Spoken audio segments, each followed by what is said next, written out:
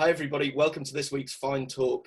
We wanted to discuss today what should associates be thinking now. Much of what we've been discussing is being focused on the principles, what they should be expecting when they come back to dentistry, how their financial model is going to be impacted, and how to actually build a long-term strategy to actually do better, coming out of the coronavirus issues. So we felt like we hadn't really supported our associates well enough. We have had a lot of individual questions. So what we wanted to do today is give you an overview of the situation and our current analysis, then talk about 3 pathways that we believe are available to you as associates that really depend on what you're after from your career and from the industry, each with their own kind of upsides and each with their own compromises, as with anything. Then we wanted to look at a buying section. So one of our most popular pieces of content last year was actually our practice buyer's guide. So even before this, with the hugely high prices, a lot of associates were looking to enter ownership. Now we want to discuss whether or not we think that's a good idea, what's changed, and the type of people that should think about buying and the reasons why. So to kick us off, Ross, what's our current analysis? I think it's a little bit kind of polarized in a way. General kind of moods and themes that I'm hearing are they range from principals who are essentially, planning and hoping to get back to work shortly, but they're probably going to keep a bit more of the revenue and the new patients themselves. I think that's naturally going to cause a surplus of associate resources in the marketplace. So that's what we've got on one hand. On the other hand, we do still have practices who are, very bullish about what the future of dentistry holds, and that, they still want those good associates. But I think, recognizing that it would be quite natural for the principal of a practice to want to maintain their own personal revenues and maintain their own personal extractions from the business. I think we're going to see it's a little bit harder for associates to get the right type of roles that we want. And that, that's even without kind of talking about NHS dentistry and what's going to happen with that. Our perspective there is, just kind of recognising the private industry. Yeah, maybe we won't open the NHS kind of worms right now. I think by way of context, the biggest limiting factor to growing a private practice historically was finding good associates to work in the practice. Because there was a massive demand for skilled associates and a lack of supply, which is why percentages were so high. So it may not have felt like they were so high in the past, but 45% or 40% in any other industry of the fees that you generate would be massive. That would be really, really good. In other industries, you'd expect something like 30% of the revenue that you produce. So because there's a shift there, I think we have to accept there's going to be some change with regards to what the pay plans will be, and the fact that revenues are going to take some form of a hit.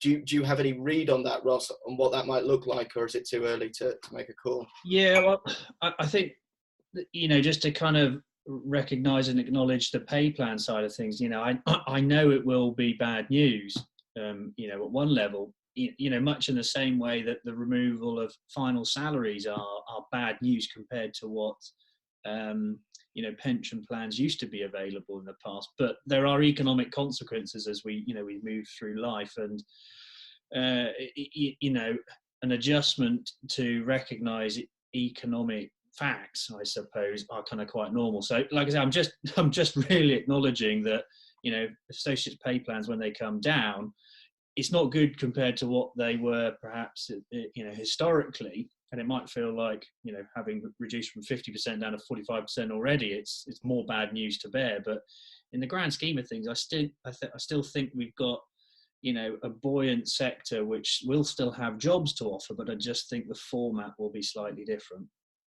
Yeah, there's something we've been discussing with our client base quite a bit. So people that have practices, obviously there's a lot of discussion about what will happen to valuations. And I think it would be wrong to say that at least for a couple of years they are going to take a hit, and probably quite a significant one. And arguably the riskiest thing that principals can think at this time is, well, my practice was worth 3 million quid in the past, so I need 3 million pounds for it. So you can't hold on to what was the deal in the past, because you're just going to kind of find yourself on a hiding to nothing, because simply that the market context has shifted quite radically. The analogy that we've been using for businesses is that it was like running a dental practice in the past was like doing a 5K run. You kind of turn up to the park on a Sunday morning. You don't have to train. You don't need a special diet. You just kind of whack around. It's no big deal. Pretty much anyone can do it and do well. That's really changed. So it's turned into more of a marathon. You need to be much more sophisticated in your approach and take much more responsibility for your business. And I think that word responsibility and possibly discipline are kind of key for associates as well. It was very, I'm not going to say easy because it's very hard to do the dentistry, but you could comfortably earn £80,000 as an associate without kind of particularly pushing yourself very hard, doing all the courses, training, kind of being a really good team player. You could be a kind of middle of the road associate and get paid incredibly well. That didn't exist in other industries. So now we're going to have to rethink our approach to it, which kind of brings us onto our three pathways as we see them, that there are still options available to you, but well, they say necessity is the mother of invention, don't they? And, yeah. You know, I think there is lots of opportunity to claw back some of the apparent lost ground. We've got a lot of pressure from, you know, the tax man as well. He's trying to turn everyone employed, and that will naturally eat away at percentage points. But I think in an industry that, you know, anecdotally, we're still seeing lots of demand, even during shutdown, from new patient inquiries. So there is still demand there. I think we're probably just saying we need to be kind of better at our craft. Or one aspect of it is to be better at our craft. You know, to really try and find those percentage points with your tax savings, to really find those percentage points with your conversion rates, really find those percentage points with your treatment plans. You know, there is still massive kind of positives in all this. It's just that, okay, we've got to kind of work harder at them, and it wasn't as good as it was before. Yeah. So the only kind of measure of success, generally speaking, for associates historically was based around income. So, you know, how much am I getting paid? So that was anchored to the percentage point that their principal was paying them. Now, obviously, over the past 5 years, some people got wise and actually realised that 40% of £3,000 was better than 50% of £1,000. So slightly different layers of sophistication creeping in. But the way we'd really encourage you guys to start thinking about your world now, because actually your personal life and goals really kind of interact deeply with your career, is through the kind of metrics of income, wealth, time, and gratification. So I think we're all really clear on what income means. Wealth is slightly more abstract. It's probably slightly more than a pension and the house that you've got to be thinking about that profile, because if the coronavirus has taught us anything, it's don't take anything for granted. So that's an important measure. But the bits that often people don't consider when it comes to their career is time and gratification. So as we go through the three pathways that are available to you, start thinking, we're going to start using time and gratification almost as resources that you've got available to you, because you know, if your only metric is income, we're probably going to recommend one thing. But if that makes you kind of feel really miserable and means you've got no work-life balance, then there's no point pursuing that, because you won't make a success of it. Equally the same with time. So the three pathways, Ross.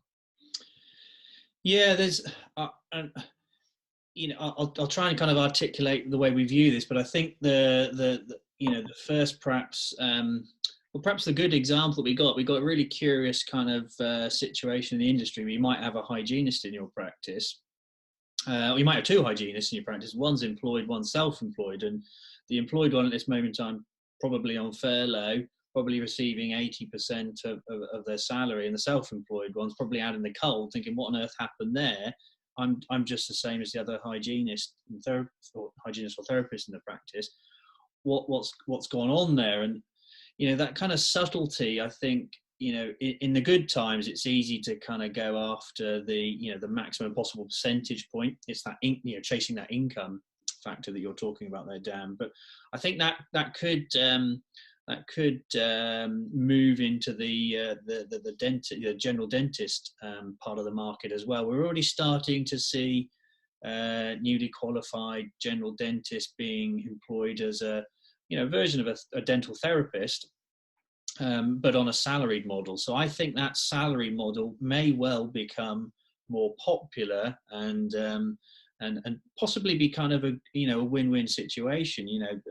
A 50k salary for an employed dentist in an environment where they're really starting to learn more about their craft, but in a safe and stable way, with the holidays, with guarantees and solidity of income, no peaks and no troughs, according to the run rate of new patients when they may or may not come in the front door. So that's not a terrible place to be. It's and it's happened in employees are obviously quite prevalent across the entire industry, but they've also happened in healthcare as well. So opticians, vets, both of those are similar-ish healthcare industries where it's quite normal to have a salaried role. Does that make sense? Yeah, so it's kind of the benefits of employment are you've got much more job security, you've got holidays, your income's predictable. So when we start, so income-wise, you do take a hit. You could you could earn more. There's obviously risk associated with it if you took other options. But wealth-wise, you can still build a wealth portfolio of £50,000 a year. And time and gratification. So if it is important to you to have a lifestyle, have holidays, have security, enjoy your job, not be under pressure to perform, not that there'll be no pressure, but not the same amount of pressure because it won't impact your home life because you've designed it around a predictable income. So it may, I know if I'd have talked about this 3 months ago, everyone would go, no, absolutely not. And you've probably been right to. But as things get more and more uncertain, and if, 20% of dental practices close in the UK and Ireland, well, there's going to be less jobs around. So having an employed role might actually be a really good option. So I think what we're saying with that pathway is don't dismiss it out of hand. Really think deeply about your time and gratification metrics, because £50,000 is a really good salary and you can do a lot with it. You'll just have to tighten your belt in your personal life. So and that just requires that responsibility and discipline to organise that. So the second pathway for me is something akin to where the dentist is at this moment in time. Some fair share of risk and reward on the revenue that's generated. I think it's probably I'm putting it in here just to kind of really shine a light on it and say it's a conscious choice. It's not the default option now to get a percentage pay plan. It's in our mind a very clear strategic choice. I don't want the safety of the employed role. I want to share in some of the spoils. Although I think there's going to be probably slightly more emphasis on performance and performance appraisal there, because I think dentistry has been quite wasteful in a way. Conversion rates are, average at best, I think, as a general. Everyone's kind of made do, so it's not been too bad. But I think a lot of patient journeys we see are quite wasteful, and so we're going to kind of try and harness the, really try and refine our conversion rates and our yielding, I suppose. And the associate who might be or the dentist who might be classified as an associate in this example will be on a percentage rate that reflects that there's a sharing of the risks and the rewards of the operations there. Yeah, so the potential for reward is much higher, but there's going to be much more burden of responsibility on the associate to achieve it. So very simple things like you'll probably have to start doing video consults from home. You'll probably have to start following up on treatment plans you've sent out, but you'll probably want to because you've chosen this path because you're trying to increase the cash that you're getting. So it's actually quite interesting looking at different practices that we work with, that the most helpful and compliant associates at this point in time are actually the highest grossers, because they're just keen to help the practice get back to where it needs to be, so they can start earning again. The people that are being very difficult are actually people that don't really contribute much in revenue terms and are just chasing every penny, and quite difficult to manage, because their view is it's not a collaboration with the practice to generate this revenue. It's simply, you pay me this for a UDA, or I do this, and it's not that.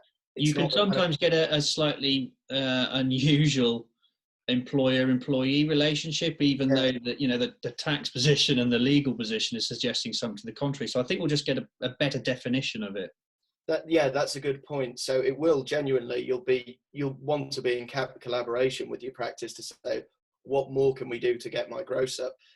So really great income rewards to that. I think they're still out there. As Ross said, there's going to still be demand in the market, but to capture it, you're just going to have to be better, and you're going to have to be speaking to your TCO and your marketing manager at the practice and asking them what they're doing.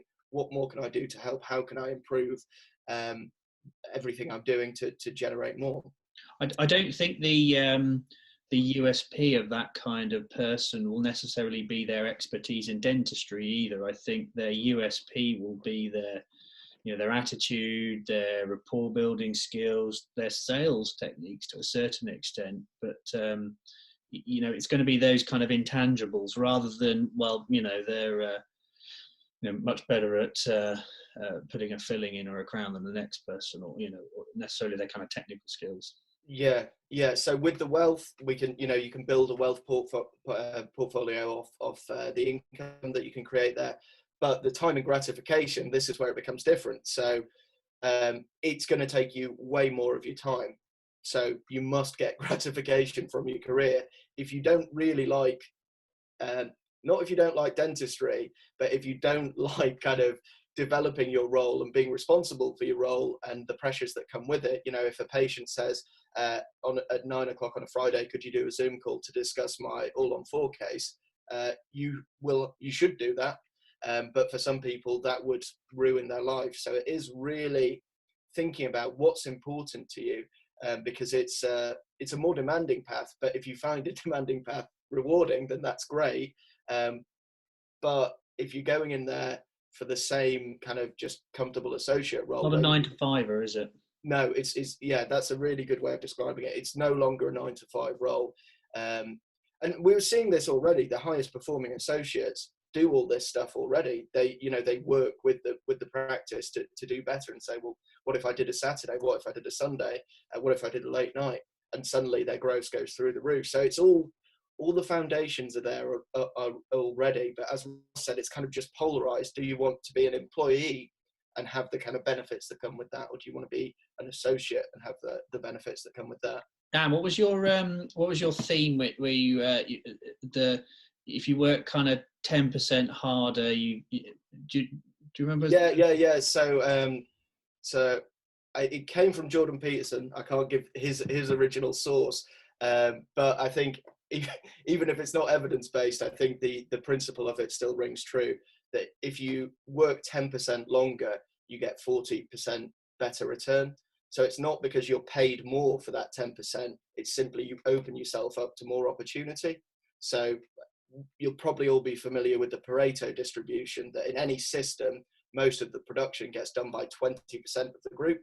So there's 20% of any business are usually where all the profits made, all the production's done, and they kind of carry the other 80%. And we've analysed enough businesses to tell you that, that's usually the case. That's usually how it happens. And it's not that the 20% are necessarily better.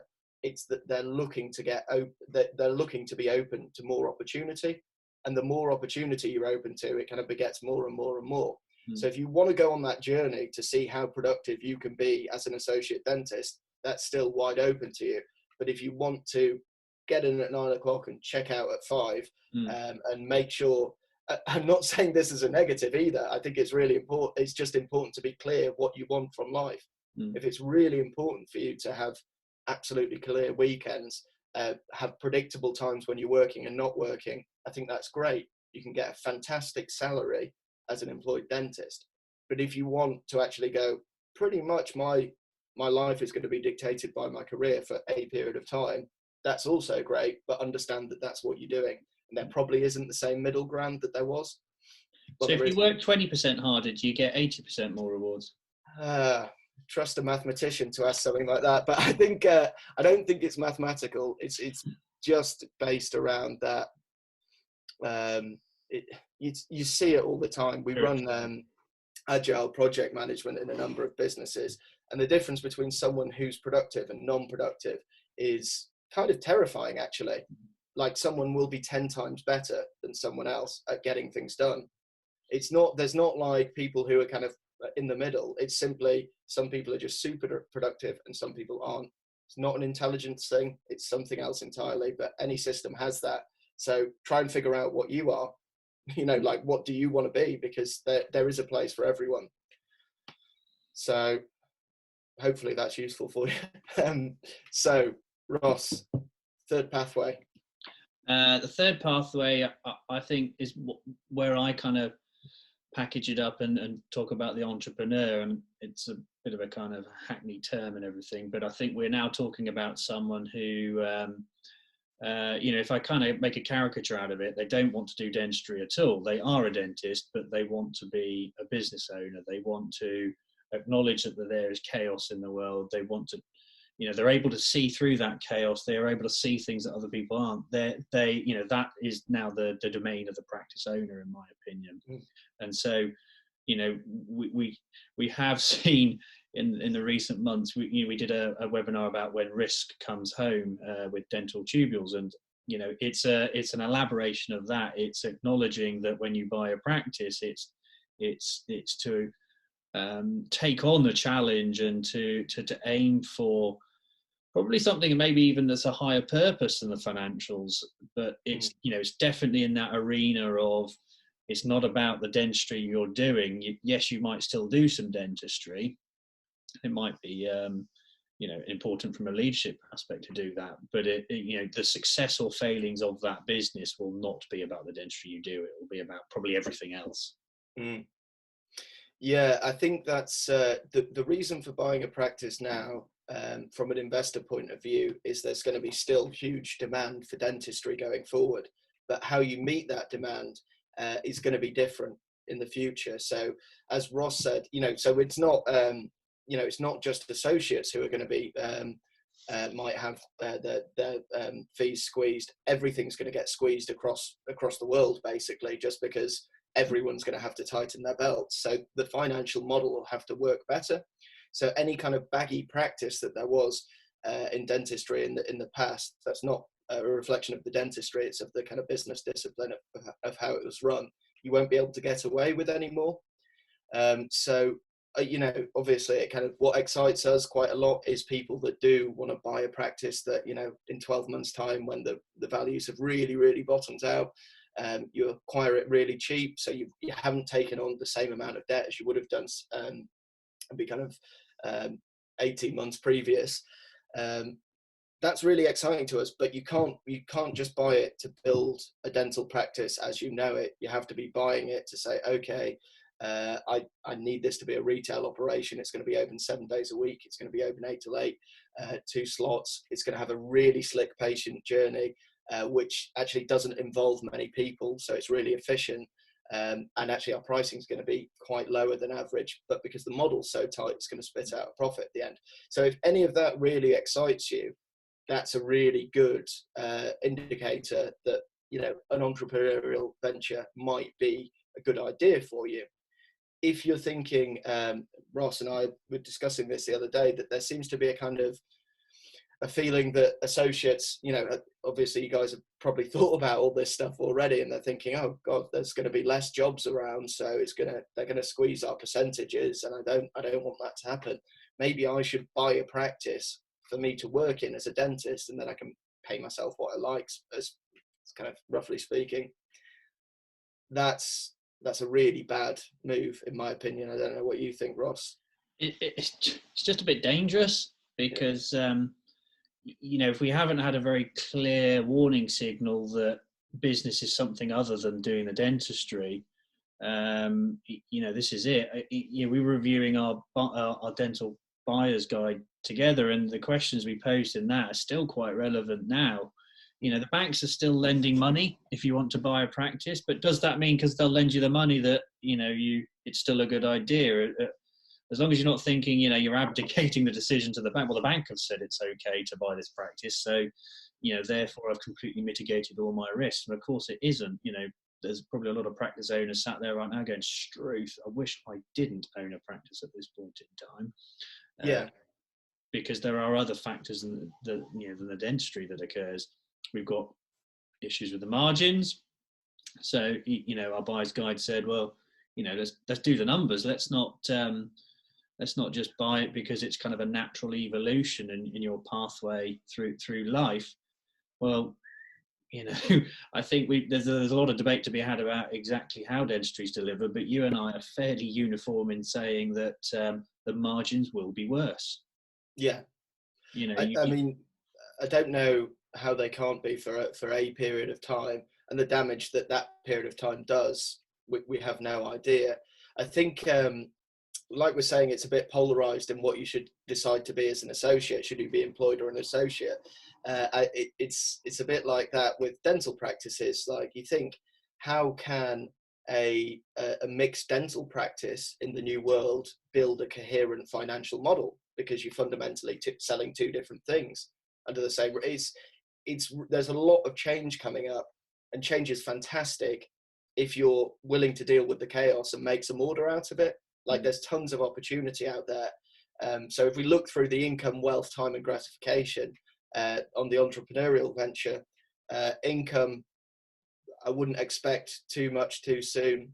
Wealth, I think there's a huge wealth potential. I think there's a big opportunity for people that build through this phase to have significantly large businesses in kind of 5 years' time.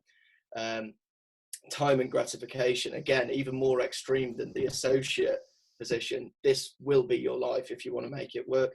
And it's, well, actually, we used to call it a lifestyle practice. So a principal that bought their practice 20 years ago, didn't pay too much for it, rocks up a few days a week, pays themselves 10 grand a month.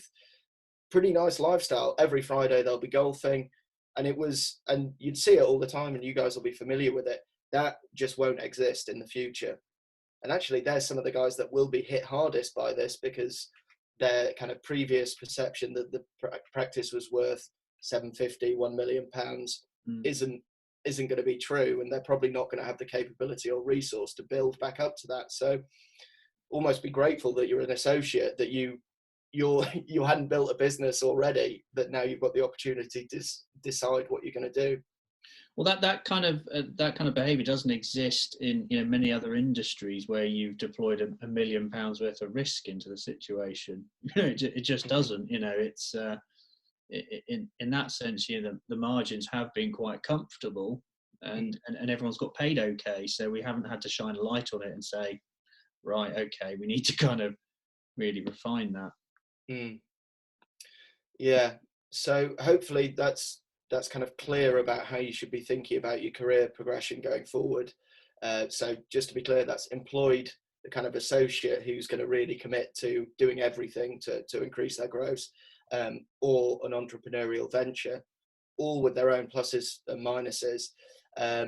I'd say your biggest risk is to say, no, I just want to be a 45% associate going forward, and I'm going to keep everything the same, because there is, practices are going to close. Maybe some of the big corporates are going to close. Ross and I might talk about what we think is going to happen to the NHS, but very roughly speaking, it doesn't make any profit at the moment. So if you increase costs and time to deliver treatment, it makes a loss. So kind of do the math yourself. There may be considerably less associate positions going forward. So it's the time now to start planning, what do you actually want from your career? And actually, we started about 18 months ago saying that there was tons of really kind of ambitious associates that were saying, they were asking the right questions. Where do I go? Yeah, and we kind of started doing something called Discovery Days with them, and we set up the Hive Business Academy. So we had this group of associates that are out there that are really thinking about their careers and doing it already. So if you can take the time to map out what you want, the big resource you've got on your site, generally speaking, as an associate, is you've got time. So you've got time in your career to make decisions. So if you make the decision now to be employed, you could put £700 a month into something, and that would give you enough to retire. Like that's a conscious choice, and you'd have a comfortable life for the rest of your career, and you'd have a great lifestyle. So the time to figure it out is now, not kind of plod around or find yourself kind of doing something you don't want to do for a period of time, because you're burning that incredibly scarce resource of time. The only other thing to say is we're looking to start a study club. So we've got an education business at the moment, and all of that's done face to face. But what we wanted to do, because we've been doing more of these talks and webinars and things like that, getting slightly outside our comfort zone doing them, we're thinking it'd be good to almost hear what everyone else is saying and start a few different study groups. So if you've got any interest in that, please drop us an email to my email address is dan.fine@finecompany.com, and just drop me an email to that, and we'll register your interest and let you know. We don't know what format it'll take or anything like that, but it's something we'd be keen to explore. Anything else from you, Ross? No, great. Thank you for listening. Thanks very much. Cheers.